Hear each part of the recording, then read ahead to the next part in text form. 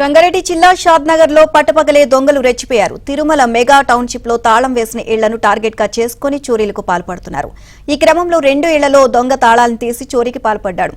ఆ తర్వాత ఇంటికి వచ్చిన యజమానులు వేసిన తాళం తీసి ఉండడంతో ఇంట్లో ఉన్న సీసీ కెమెరాలను చెక్ చేశారు.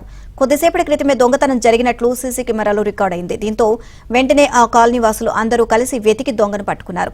అనంతరం పోలీసులకు సమాచారం ఇచ్చి దొంగను పట్టించారు.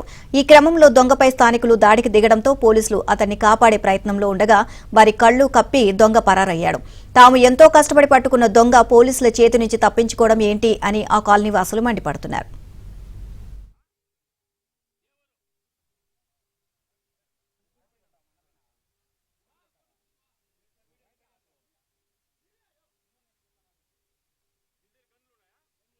పాల్పడుతున్నారు.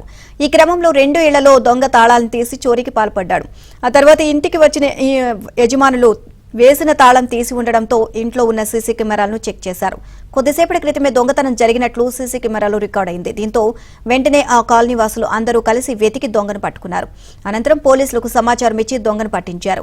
ఈ క్రమంలో దొంగపై స్థానికులు దాడికి దిగడంతో పోలీసులు అతన్ని కాపాడే ప్రయత్నంలో ఉండగా వారి కళ్లు కప్పి దొంగ పరారయ్యాడు. తాము ఎంతో కష్టపడి పట్టుకున్న దొంగ పోలీసుల చేతి నుంచి తప్పించుకోవడం ఏంటి అని ఆ కాలనీ వాసులు మండిపడుతున్నారు.